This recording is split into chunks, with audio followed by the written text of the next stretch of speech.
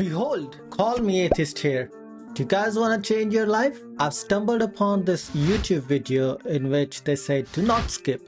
This might change your life. This video is by Kavya Raja. Why Bhagwad Gita? I was confused, so I thought I'll have a look at video and share my thoughts with you guys. Why not? Let's dig in. Hare Krishna everyone. My Hare Krishna. name is Kavya Raja and welcome back to Being Krishna Conscious.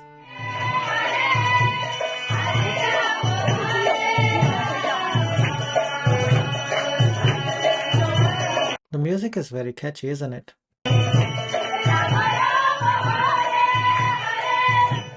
Have you ever bought an electronic device?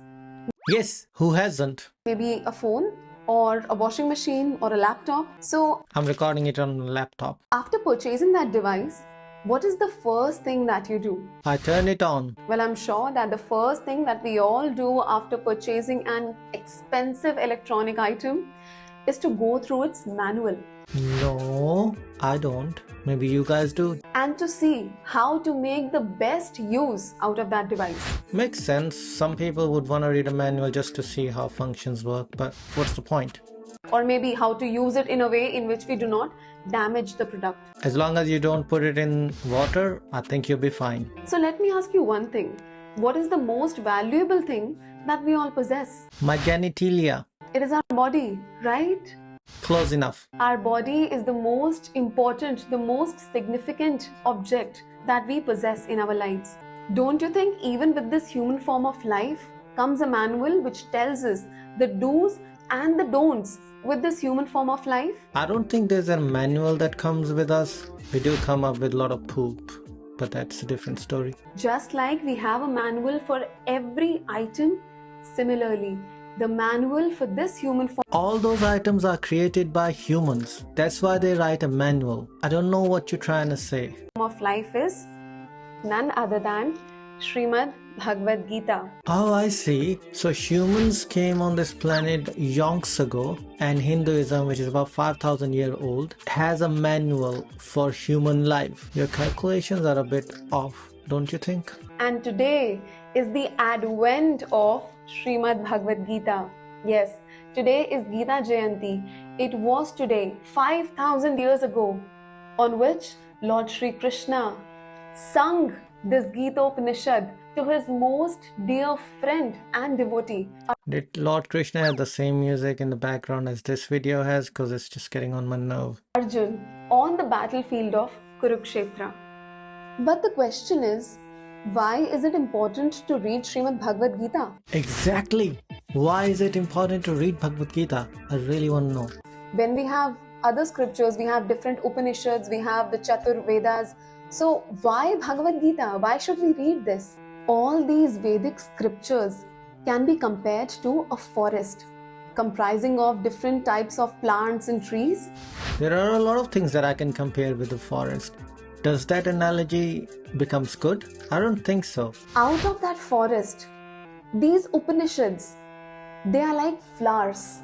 These Upanishads hold the value, the essence of all the Vedic scriptures. And we know that we have 108 Upanishads. So in that forest, there is a beautiful flower garland of 108 Upanishads. I might be prejudging, but I think the essence of this video is going to be bollocks. But carry on. Now, in that flower garland, there is a primary rose or the principal flower that is strung just at the end, which is like the main attraction point of the entire garland. And that is the position of Srimad Bhagwad Gita. Gita Upanishad holds the essence. It is the ultimate goal of all the various 108 Upanishads who hold the essence of all the Vedic scriptures. So, Gita holds the essence of all the Vedic scriptures without a doubt. So it's like a crash course to all the Vedic scriptures. You know, crash courses aren't really helpful. It's in the name. It helps you crash. By the way, in Bhagavad Gita, they're not concentrating all the knowledge in other scriptures. They're just cherry picking the things that they thought was good, and they wrote Bhagwad Gita. There is a beautiful verse composed by Shripad Adi Shankaracharya in Bhaj Govindam, he says, Bhagwad Gita kinjid dhita, Ganga jal lav kanika pita, Sakrit eva murari samarcha, Kriyate tasya yamen na charcha. He says, Bhagwad Gita kinjid dhita. If you study just a little of Srimad Bhagwad Gita and try to apply that principle in your life, just a little, So, karmanyavadhikaraste ma phaleshu kadachana. I've read Bhagwad Gita just a little. If I apply that in my life, that's all I need to do. I don't need to go through the whole book. Is that what you're saying? I'm guessing no. But this is the way you put it. Jal lava kanika pita, and if one takes just a little Ganga jal, Sakrit eva murari samarcha, Ganga is very polluted these days. I don't want to take Ganga Jal. and worships Murari, worships Sri Krishna just a little, Kriyate tasya yamena na charcha. That person is never the subject matter of Yamaraj's discussion. It means that there is no jurisdiction of Yamaraj on that person. To the people who don't know, Yamaraj is like a Grim Reaper in Indian mythology. So what she's saying is, if we read Bhagavad Gita, the Grim Reaper's not gonna judge us. Is that what she's saying? First you need to prove if the Grim Reaper exists. So I care about what he does and what doesn't. The other thing is, how does she know it to be a fact? I'm pretty sure she hasn't been dead before. And no one has come from dead to tell us if that's true or not. I just care about the things which are true. I mean, they say White Walkers can be killed by Valerian steel. I don't know if White Walker exists or Valerian steel exists. It's an entertaining show, but I still care about truth. So we can say that just by doing this little amount of worshipping Murari, of consuming just a little Ganga Jal and trying to apply just a little of Srimad Bhagavad Gita in our life, we go beyond the jurisdiction of Yamaraj. If in a universe we believe 2 plus 2 is equal to potato and we assume that to be the law, if we base our assumption on that law, we are going further and further from reality. This is why I don't want to assume anything what you say. I would like for you to give me some evidence that mentions why should I believe in it. The topic of this video was, this video can change my life. At the moment, it's wasting my time. So can we imagine the level of advancement that a person can get in his life if he tries to study Srimad Bhagavad Gita every day and try to apply its core principles into his life? The core principle is it that don't worry about killing your siblings because some so-called God gonna fix it all in the end. Should I apply that every time I'm doing anything and whatever I do, God's gonna be on my side? And people say, whatever bad stuff you do, that is God's willing. Whatever good stuff you do, that is God's willing. Where's the accountability? I do know that some people would think whatever she's saying is right because it feels good. It feels good to know that somebody is there to take care of you all the time. Is it true or not? As Mr. Max Dillahunty said, I want to believe in as many true things as possible. And I agree with the point. Let's see what else she has to say. The value that Srimad Bhagavad Gita holds. But now the question comes, how can we read Srimad Bhagavad Gita? What is the right path of reading Srimad Bhagavad Gita? Every other book you just open up and read. But this book has to be special. Why? Just tell me why.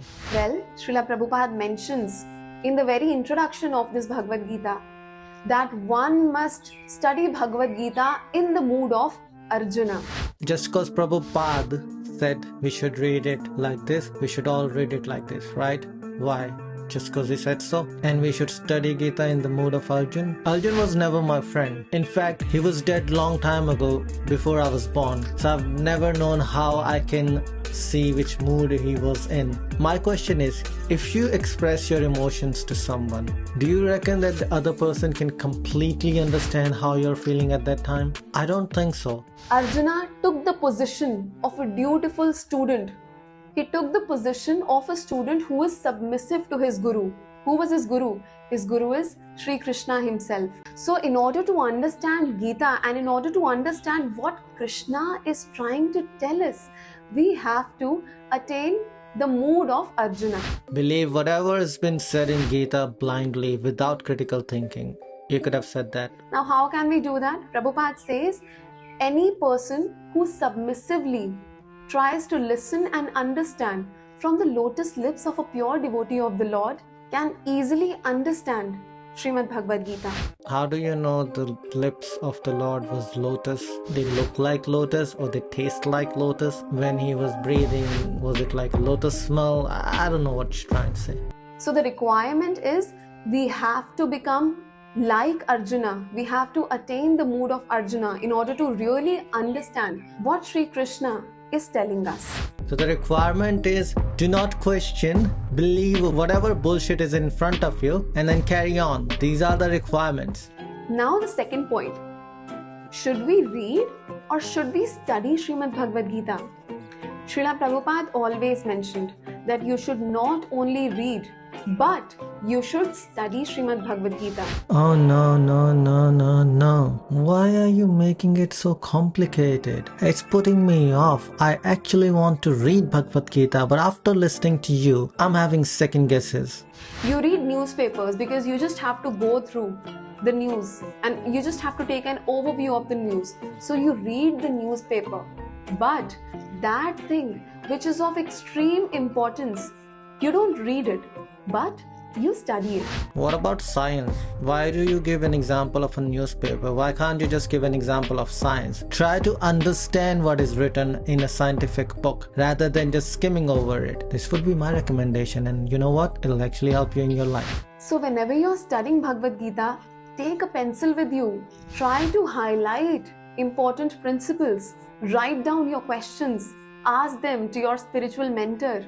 And that way will be the right way to study Srimad Bhagwad Gita. Okay, I don't have a spiritual mentor, so who would be a spiritual mentor? Do I need to find a Hare Krishna to answer my questions? The person who's already biased towards Bhagwad Gita will answer my questions? Sounds fishy, right?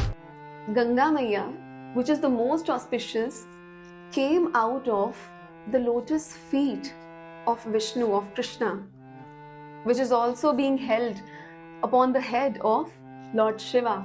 And Srimad Bhagwad Gita Bunch of baloney, you can Google it. is not coming out of the lotus feet of Krishna, but it's coming directly from the lotus lips of the Supreme Personality. The whole guy is made out of lotus. The feet is lotus, the lips is lotus, the is lotus as well. Personality of Godhead. So even if you do not have an altar at your home, you can keep this Bhagwad Gita at a clean place and worship it every day. Because worshipping Bhagwad Gita gives you the same benefit of worshipping Krishna himself, because there is no difference between the words of Krishna and Krishna himself. So on this most auspicious day of the advent of Srimad Bhagwad Gita from the lotus lips of Sri Krishna, let us all take this pledge to try and study Srimad Bhagwad Gita every day. Let us try to start this pledge by reading the first verse from Srimad Bhagwad Gita. I will take a pledge that I wanna think critically from now on. Just cause she made it sound good doesn't mean it's actually good. Tell me in the comments below if you think what she's saying is actually good. It is chapter 1, observing the armies on the battlefield of Kurukshetra. Dhritarashtravacha dharmakshetre kurukshetre samvetayuyotsavah mamaka pandavaschaiva kim akurvati Sanjaya. Dhritarashtra said, O Sanjay, after my sons and the sons of Pandu assembled in the place of pilgrimage at Kurukshetra, desiring to fight, what did they do? Now Prabhupada mentions that this question is very significant. Dhritarashtra knew why his sons and the sons of Pandu, the Pandavas, have assembled on the battlefield of Kurukshetra. He obviously knew that fight was going to happen.